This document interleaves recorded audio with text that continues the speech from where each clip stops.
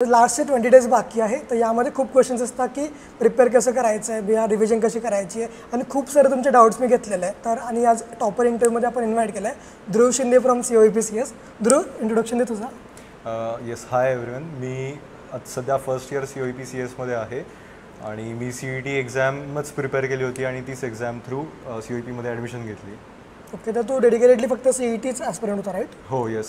CETच फक्त प्रिपेअर केलं, but exam सगळ्या दिल्या. एक्झाम तर तू स्कोअर सांगू शकशील का CETचा आणि बाकी एक्झामचा? ओके, तर CETमध्ये माझं पर्सेंटाईल 99.98 आला होता आणि रँक 55 आली होती आणि त्याबरोबरच मी JEEसुद्धा दिली. तर JEE मेन्समध्ये माझं 98.55 पर्सेंटाईल आणि JEE ॲडव्हान्ससुद्धा क्रॅक करून IIT मंडीमध्ये इंजिनिअरिंग फिजिक्स ब्रांच मिळाली होती आणि त्याचबरोबर मी स्पेसिफिकली फिजिक्ससाठी नीट दिली होती. फिजिक्समध्ये परफेक्ट स्कोअर पाहिजे होता म्हणून नीटमध्ये सुद्धा मला फिजिक्समध्ये 180 आउट ऑफ 180 आले आणि बाकी NDA exam, written exam crack केली. That's all. म्हणजे फक्त CET प्रिपेअर करून किंवा क्लास 12 प्रिपेअर करून तू एवढा सगळं एक्झाम क्रॅक केला आहे? हो, फक्त CET प्रिपेअर केलं. Okay, great. चला, तर शेवटचे 20 डेज बाकी आहेत, पण डिरेक्टली जे क्वेश्चन्स आहे ओरिएंटेड फक्त मी लास्ट 20 डेजसाठीच घेतलेलं आहे. ठीक आहे, तर शेवटच्या 20 डेजमध्ये मस्ट डू थिंग्स काय CETसाठी? ओके, तर मी असं सजेस्ट करेल लास्ट 20 डेजमध्ये, आता कारण तुमच्याकडे टाईम खूप कमी आहे, तर ज्यांचं प्रिपरेशन चांगलं झालं आहे त्यांच्यासाठी हेच सजेशन आहे, हेच बेस्ट असेल की तुम्ही जास्तीत जास्त mock test, question paper solve केले पाहिजे आणि तुम्ही जेवढे जास्त मॉक टेस्ट सॉल्व कराल तेवढं तुम्ही एक्झाम एन्व्हायरमेंटसाठी ॲडॅप्ट व्हाल आणि तुम्हाला त्याची सवय होऊन जाईल. म्हणजे तुम्हाला एक्झाम असं काही वेगळं नाही वाटणार, असं बर्डन कुठलं फील नाही होणार, म्हणजे ते एन्व्हायरमेंट तुमच्यासाठी एकदम सुटेबल होईल. आणि ज्यांचं मॉडरेट प्रिपरेशन आहे त्यांच्यासाठी असं की तुमच्यामध्ये कॉम्बिनेशन असलं पाहिजे प्रिपरेशनमध्ये, रिव्हिजनचं थोडंफार जे नाही आहे तर त्याचं प्रिपरेशन आणि मॉक टेस्ट. आणि ज्यांचं प्रिपरेशन खूपच कमी आहे त्यांनी तर सध्या प्रिपेअरच, जे जास्त वेटेज झालं आहे ते प्रिपेअर करायला पाहिजे.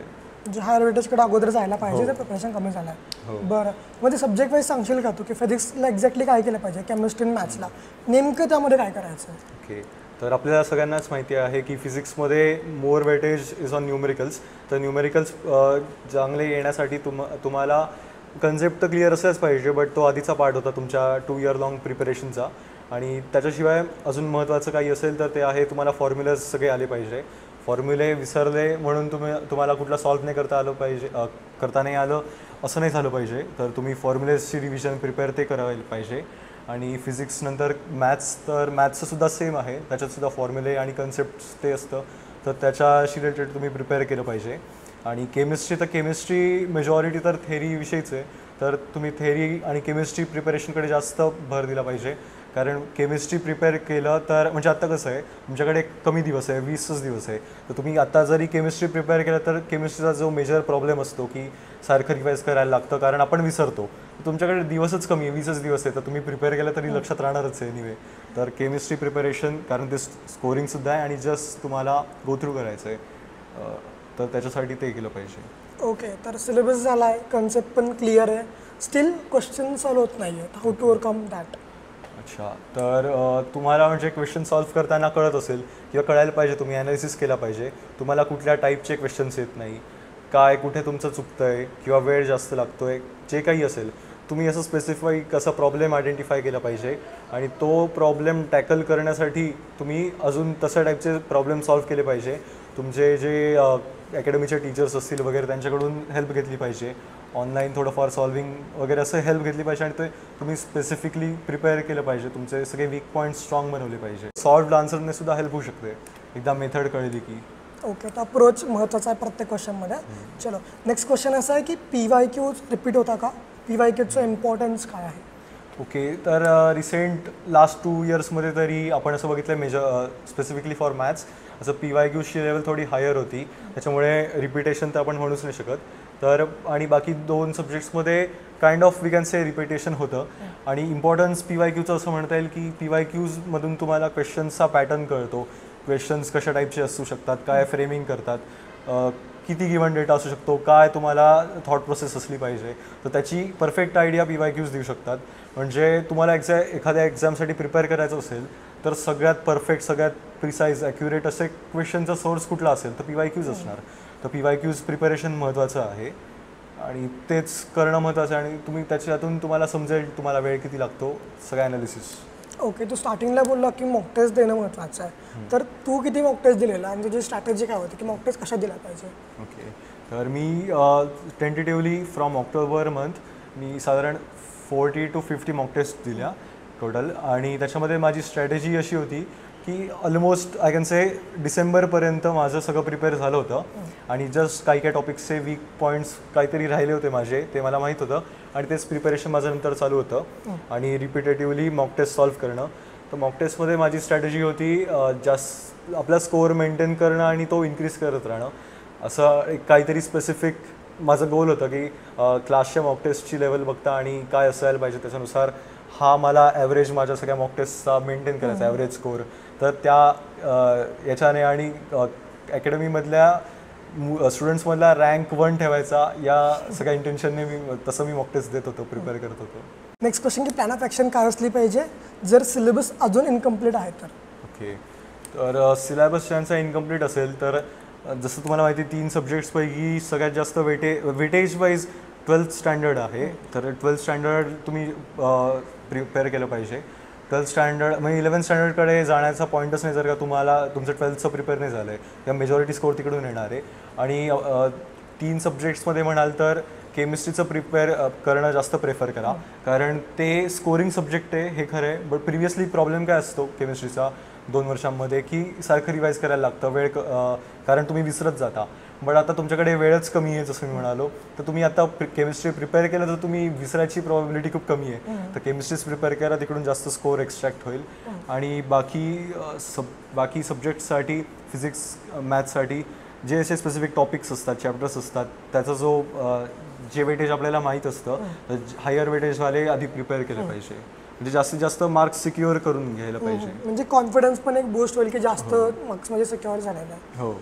ओके, नेक्स्ट क्वेश्चन की सिलेबस वगैरे झाला आहे, रिव्हिजन करायची आहे, तर लास्ट टाइमला रिव्हिजन कशी केली पाहिजे, का रिव्हिजनची काय स्ट्रॅटेजी असली पाहिजे? ओके, तर रिव्हिजन करण्याची बेस्ट स्ट्रॅटेजी आणि जे मी पण फॉलो केलं तर मी ऑलमोस्ट फिजिक्स आणि मॅथ्सचे तर ऑलमोस्ट सगळेच चॅप्टर्स त्याच्या शॉर्ट नोट्स बनवून घेतल्या होत्या. किती 1, 2, 3, 4 pages max to max depending upon चॅप्टरची लेंथ. बट तसं ते जे माझ्या स्वतःच्या प्रिपेअर्ड ज्या नोट्स होत्या त्या मी प्रिपेअर केल्या लास्ट मोमेंट्समध्ये आणि त्याचीच मला हेल्प झाली. म्हणजे ते मी मॉक टेस्टपासून तेच प्रिपेअर करत आलो होतो, त्याच्यामुळे ते माझ्यासाठी CETला सुद्धा वर्क केलं एकदम. तर तेच सगळ्यांनी तसंच कुठल्या शॉर्ट नोट्स प्रिपेअर केल्या पाहिजे.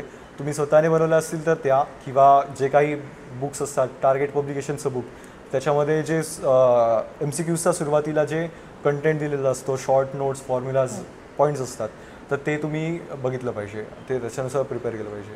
ओके, नेक्स्ट क्वेश्चन असा आहे की व्हॉट इफ एक विद्यार्थी तो आतापासून सुरू करता प्रिपरेशन, त्याला थोडं लेट का आलं की एक्झाम बघेल, CET नावाची एक्झाम पण असते किंवा त्याला जस्ट लेट का आलो, ठीक आहे, तर तो आतापासून कसं सुरू करू शकेल? मोस्ट ऑफ द स्टुडंट्स असे असतील की CET ॲटलिस्ट त्यांनी JEE नीट तरी काहीतरी प्रिपेअर केलंच असेल, तर ॲटलिस्ट फिजिक्स मॅथ्सचं तर थोडंफार प्रिपेअर केलं असेल नीट्स असेल तरी. तर बाकी CET स्पेसिफिक प्रिपरेशन म्हणाल तर CETसाठी इम्पॉर्टंट असेल मी म्हणेन टायमिंग, तर टाईम मॅनेज करणं, जे तुमचं स्ट्रॅटेजी असं म्हणतात आणि बरोबर आहे, आयडियल स्ट्रॅटेजी ती की PC जे फिजिक्स केमिस्ट्री पहिले होतं तर ते फिजिक्स केमिस्ट्रीमध्ये पहिले केमिस्ट्री सॉल्व्ह करणं प्रेफर करायला पाहिजे.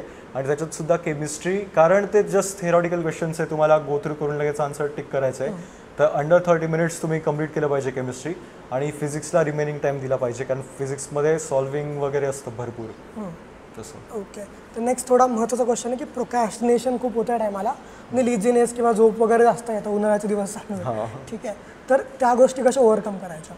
ओके, तर याच्यासाठी आयडियल सोल्युशन असंच असेल की तुम्ही टू डू लिस्ट वगैरे क्रिएट केलं पाहिजे आणि तुमचे असे डेली गोल्स सेट करून ते कंप्लीट केले पाहिजे रोजच्या रोज, आणि ते जास्तीत जास्त असे गोल्स कंप्लीट करायचे त्याचा प्रयत्न केला पाहिजे.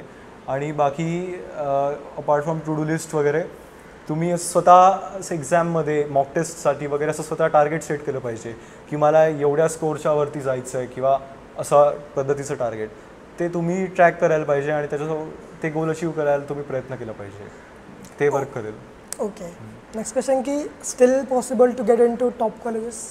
हो, पॉसिबल आहे, कारण आधीसुद्धा असे बरेच जण असतात, आत्तासुद्धा आधीसुद्धा असे बरेच जण होऊन गेले की त्यांनी लास्टला प्रिपरेशन स्टार्ट केलं ॲक्च्युअलवालं आणि कारण त्यांनी त्यांचं 100% दिलं आहे. जास्तीत जास्त क्वांटिटी आणि क्वालिटी अभ्यासाकडे त्यांनी फोकस केलं.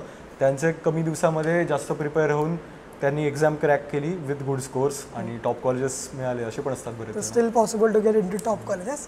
Okay, next final tips and motivation तुझ्या साईडने स्टुडंट्ससाठी. ओके, टिप्स मी अशा देईन की तुम्ही तुमच्या प्रिपरेशनमध्ये एक तर बिलीव्ह करा. म्हणजे तेच एक महत्त्वाचं आहे, कारण तुम्हाला तुमचं प्रिपरेशन माहीत असतं तुमचं किती झालेलं आहे. आणि त्याच्याशिवायसुद्धा जे तुम्ही ऑलरेडी प्रिपेअर केलं आहे, तुम्हाला माहिती आहे मला हे येतं आहे, ॲटलिस्ट आपण एवढं एन्श्युअर करायला पाहिजे की हे मी प्रिपेअर केलं तर हे माझं चुकणारच नाही एक्झाममध्ये. ते चुकलंच नाही तर तुमचे बऱ्यापैकी मार्क्स सिक्युअर होऊन जातील. म्हणजे हातातले मार्क्स नाही घालवायचे, आपण जे येते ते पण घ्यायचे आणि जे नाही येते ते थोडंफार ट्राय करून असं ते पण मार्क्स घ्यायचा प्रयत्न करायचा असतो. तर तुमच्या प्रिपरेशनमध्ये बिलीव्ह करा आणि एक्झाम टाईममध्ये पूर्ण फोकस तुमचं तिकडे एक्झाम पेपरमध्ये असलं पाहिजे. ते तुमचे 3 तास जे असतात ते असे इम्पॉर्टंट असणार आहेत आणि ते मॅटर करतील तुम्हाला बऱ्यापैकी. तर तिकडे तुमचं लक्ष असलं पाहिजे. त्याच्याच हिशोबाने तुम्ही प्रिपेअर करा, मॉक टेस्ट तशा द्या सिरियसली. असं समजून की तीच CETची एक्झाम आहे, तुम्हाला तेच फायनल आर्स आहेत तुमचे. सो फुल फोकसने आणि सिरियसनेसने प्रिपेअर करा. चला, that was all about the video. हे होते सगळे क्वेश्चन्स. ठीक आहे, ध्रुवने सगळे क्वेश्चन खूप छान प्रकारे आन्सर केलेले. Thank you so much Dhruv for the amazing interview. काय डाऊट असेल तर कमेंट करा, ध्रुव शुअरली तुमचे कमेंटचे आन्सर देईल. ठीक आहे, बाकी सगळ्यांनी प्रिपेअर करत राहा. All the very best.